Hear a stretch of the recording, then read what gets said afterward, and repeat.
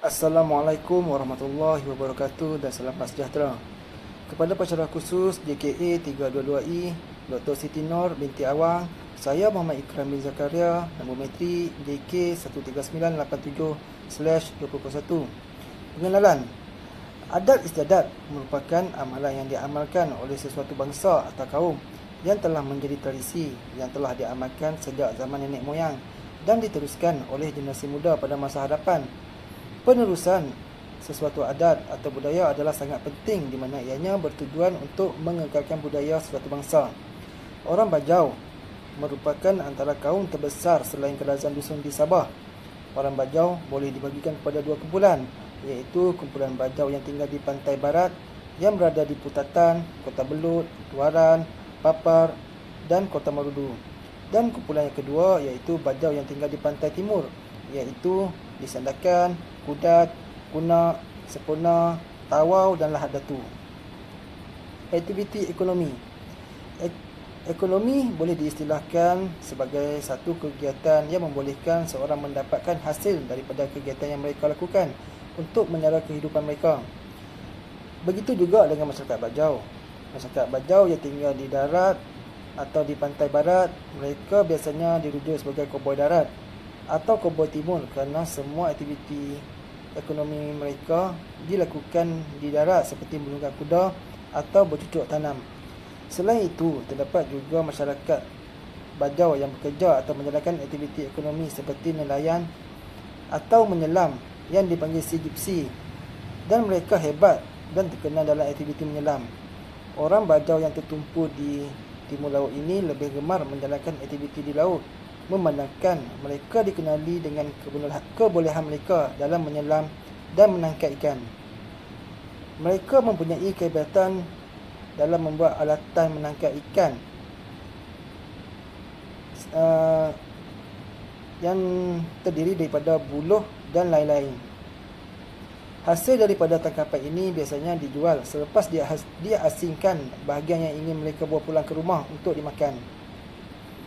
Adat dan kepercayaan. Kepercayaan pangkat. Orang Bajau mempunyai banyak kepercayaan, tetapi yang paling ketara dalam masyarakat mereka ialah kepercayaan kepada roh nenek moyang. Kepercayaan nenek moyang ini turut dikenali sebagai pangkat dan tidak mempercayai bahawa kepada hal buruk dan tulah.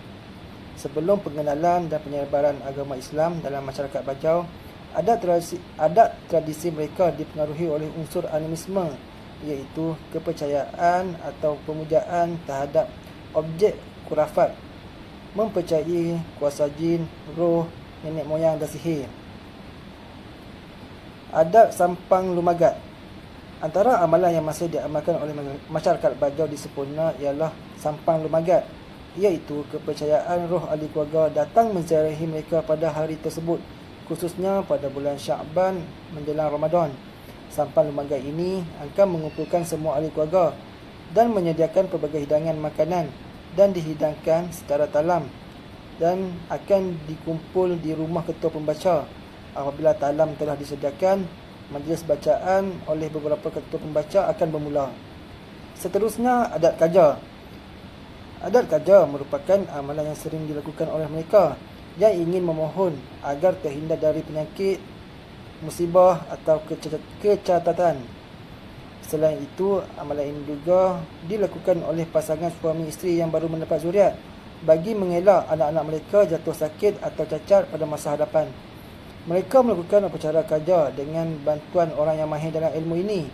Kebiasaannya, kaja akan dimulakan dengan penyediaan makanan, iaitu ayam kampung yang dimasak tanpa perasa, nasi kuning, telur dan banyak lagi. Selepas itu, jamuan mestilah diberikan kepada pembaca untuk memulakan majlis. Seterusnya, adat magambo. Magambo adalah istilah yang diambil daripada perkataan ambo yang bermaksud nenek moyang. Ini menunjukkan betapa mereka mengambil berat dan menghormati roh nenek moyang mereka. Magambo juga dikenali sebagai hilang tok tahun atau mampai bahau. Amalan magambo ini juga dipercayai bahawa roh nenek moyang memberi kesan kepada mereka yang masih hidup, terutamanya generasi baru. Pertolongan daripada nenek moyang merupakan amalan yang penting bagi mereka kerana amalan ini khusus untuk meminta pertolongan roh nenek moyang agar dijauhkan daripada malapetaka serta diberikan pertolongan serta kesejahteraan hidup. Magambo ini asalnya mengandungi unsur animisme yang mempercayai makhluk gaib dan roh nenek moyang, tetapi ia disesuaikan dengan unsur Islam. Sebagai contoh, penyesuaiannya dari segi pembacaan semasa latihan ini dijalankan. Sekian, terima kasih.